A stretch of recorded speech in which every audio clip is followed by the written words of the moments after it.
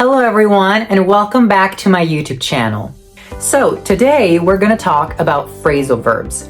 Now, if you want to learn English, phrasal verbs are a must. You truly can't live without them. Native speakers use them all the time. But before we even get into it, what is a phrasal verb? What are they?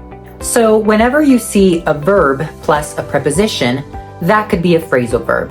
Now, I'm saying could because in reality, there's a distinction between prepositional verbs and phrasal verbs. I'm going to try and be quick just to give you an idea. So prepositional verbs are the sum of two meanings. The meaning of the verb plus the meaning of the preposition. So you have something like fall down.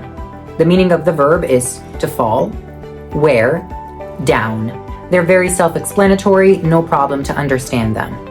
Now, phrasal verbs are a little bit trickier because you still have a verb plus a preposition, but in this case, they don't always make sense.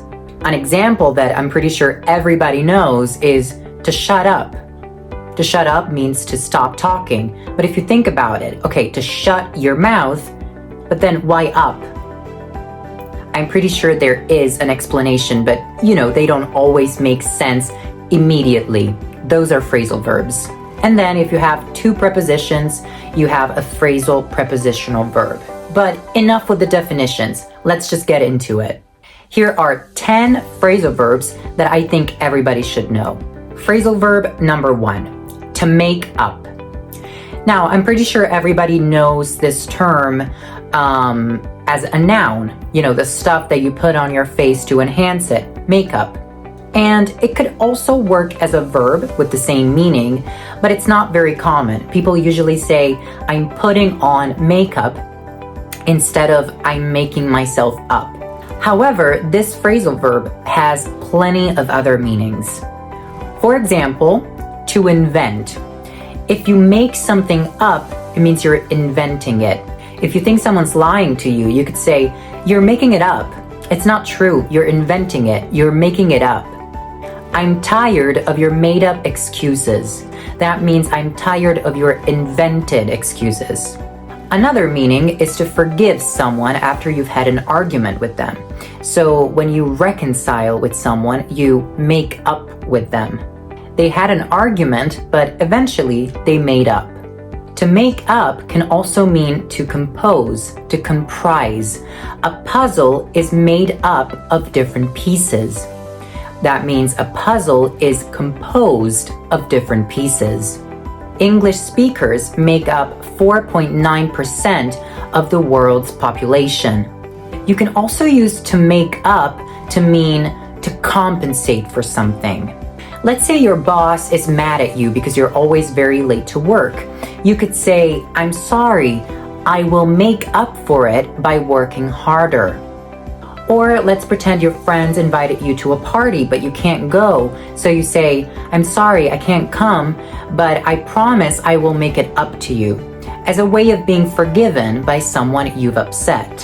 The last meaning of this phrasal verb is to assemble, to put together ingredients to prepare something, making up a mixture, for example.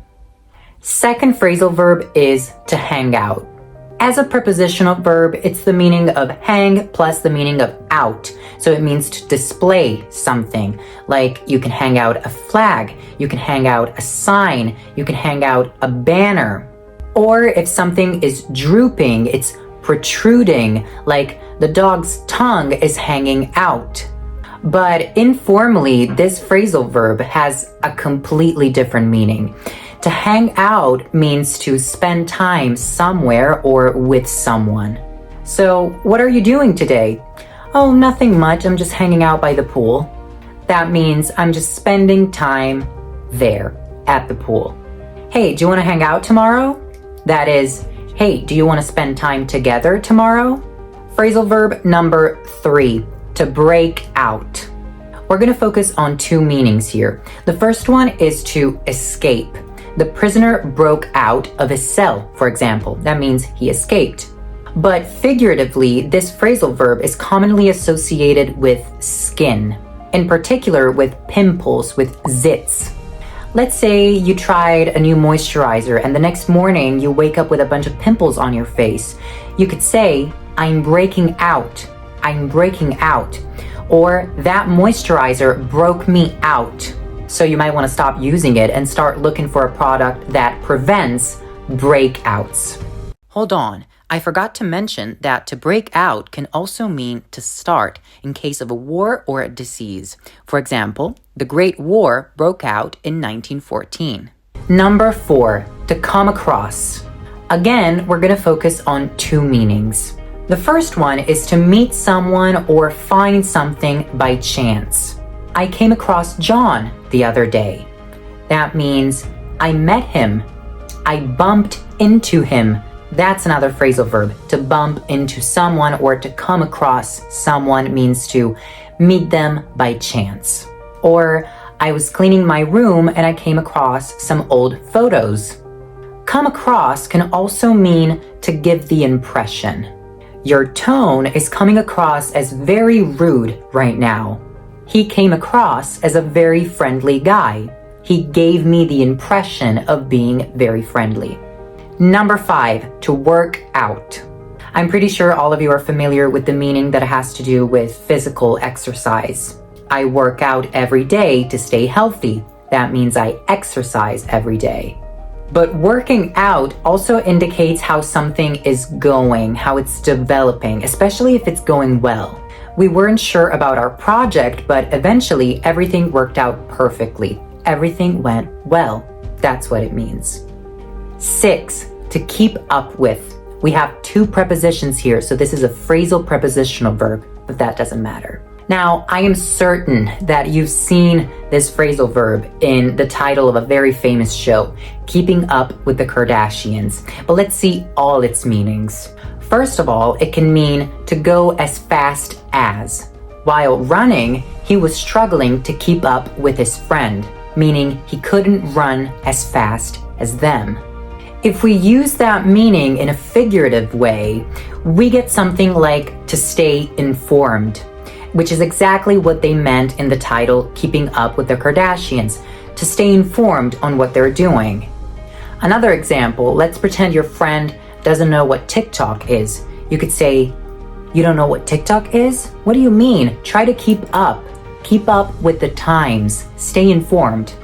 Another figurative meaning is to perform as well as. I'm failing to keep up with my classmates, meaning I'm not performing as well as the others. Lastly, keep up with can also mean to stay in contact with someone, to keep in touch. Like, I try to keep up with my grandparents via email. 7, to get over. This one is very common and it means to recover from something like an illness. I hope you get over your flu. That means I hope you recover from your flu. But it's not just illnesses, it could also be a shock. Like, I'm still trying to get over the fact that I passed my exam. Like, I can't believe it, I'm still shocked. I can't get over it. Or a person, usually an ex-boyfriend or girlfriend, a person you were in a relationship with, in a romantic relationship with. He's still trying to get over Vanessa, meaning he's still trying to stop thinking about her, to stop being in love with her. That's really sad. Number 8, to give up. Moving on to a very easy one, to give up. It's a super common phrasal verb and it simply means to surrender, to stop trying. I tried to convince them, but I give up. You can also give up a habit, an addiction. My dad gave up smoking. That means he quit smoking. He doesn't smoke anymore. 9, to figure out. This has mainly 2 meanings that are very much related.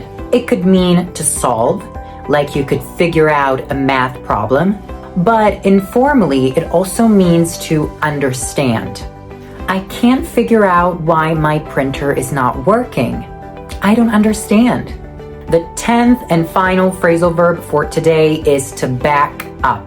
it can have mainly three meanings. Okay, so the first meaning, let's just get it out of the way, has to do with data. I'm pretty sure you're already familiar with it. So if you back up a file, that means you're making a copy of it. You're saving it somewhere else, somewhere safe. Like you can back up a file on a drive on your computer. Make sure you do a backup of your photos before updating your phone, for example. Make sure you back up your photos. The second meaning is to support, and it could be used literally or figuratively. So if you back someone up, it means you're supporting them. You have their back. Don't worry, I will back you up. I will support you. The figurative use has to do with providing evidence to support your claims. Do you have any evidence to back up your statement?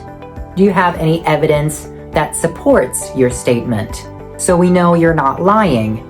The third meaning, and this is very common in informal conversations, is to go back and repeat something that you already said. Let's pretend your friend is telling you a story very fast and you don't understand something, you kind of get lost. You could say, whoa, whoa, whoa, back up a little. Can you back up a little? Like, could you just go back a little and repeat what you said? Again, this is very useful in informal conversations. So that was it, guys. Now that we're done with it, I wanted to tell you that I picked 10 phrasal verbs, which in my opinion are not basic. Like, I still wanted to pick some phrasal verbs that are super common and are super useful and that native speakers use all the time, and I did. But I feel like these phrasal verbs are not basic English. You know, I wanted to do something a little bit more advanced for you guys. If you know them, good job. All right, you guys, thank you so much for watching this video. If you enjoyed it, please give it a big thumbs up and subscribe to my channel, and also tell me in the comments what you want to see next. Make sure you follow me on all of my social media platforms. And again, thank you so much for watching. I will see you guys in my next video. Bye.